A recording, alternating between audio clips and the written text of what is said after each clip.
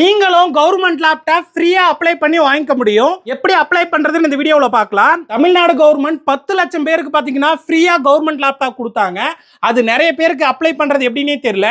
Apply பண்ணவங்களுக்கும் நிறைய பேருக்கு வரல. ஸோ இந்த வீடியோல எப்படி ரீஅப்ளை பண்ணி கவர்மெண்ட் லேப்டாப் ஃப்ரீயா வாங்கிக்கிறது அப்படின்னு பார்க்க போறோம். உங்களுக்கும் இந்த கவர்மெண்ட் லேப்டாப் ஃப்ரீயா வேணும்னா ஜஸ்ட் உங்க மொபைல்லே அப்ளை பண்ணிக்கலாம். உங்க மொபைல்ல குரோம் ப்ரௌசர் ஓபன் பண்ணிக்கோங்க. அதுல சர்ச் பாக்ஸை கிளிக் பண்ணிட்டு NEEDKI இப்படி சர்ச் பண்ணுங்க. சர்ச் பண்ணீங்கன்னா இந்த வெப்சைட் வரும். இதை கிளிக் பண்ணி உள்ள போயிடுங்க. அதுல இந்த போஸ்ட் இருக்கும், தமிழ்நாடு கவர்மெண்ட் ஃப்ரீ லேப்டாப்ன்ட்டு. இதை போஸ்ட்டை கிளிக் பண்ணிக்கோங்க. கிளிக் பண்ணீங்கன்னா இந்த மாதிரி வரும். இதுல கீழே போங்க, அப்ளை பண்றதுக்கான லிங்க் கொடுத்துருக்கேன். அதை கிளிக் பண்ணீங்கன்னா இந்த கவர்மெண்ட் வெப்சைட் வரும். இதுல தான் நீங்க அப்ளை பண்ணணும். விண்ணப்பிக்கன்றதை கிளிக் பண்ணிட்டு உள்ள போனீங்கன்னா உங்க பேரு, மொபைல் நம்பர், டீட்டெயில்ஸ் எல்லாம் கேட்கும்.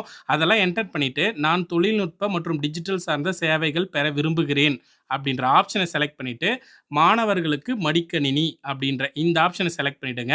செலக்ட் பண்ணிட்டு கீழே போயிட்டு சப்மிட் மட்டும் கொடுத்துருங்க. கவர்மெண்ட்டே உங்க அப்ளிகேஷனை செக் பண்ணிட்டு எலெக்ஷன் வரதுனால சீக்கிரமா உங்களுக்கு லேப்டாப் ஃப்ரீயா கொடுக்கறதுக்கு வாய்ப்பு இருக்கு. ஆல்ரெடி அப்ளை பண்ணி வராதவங்க ரீஅப்ளைன்றதை கிளிக் பண்ணிங்கன்னா இந்த மாதிரி வரும்.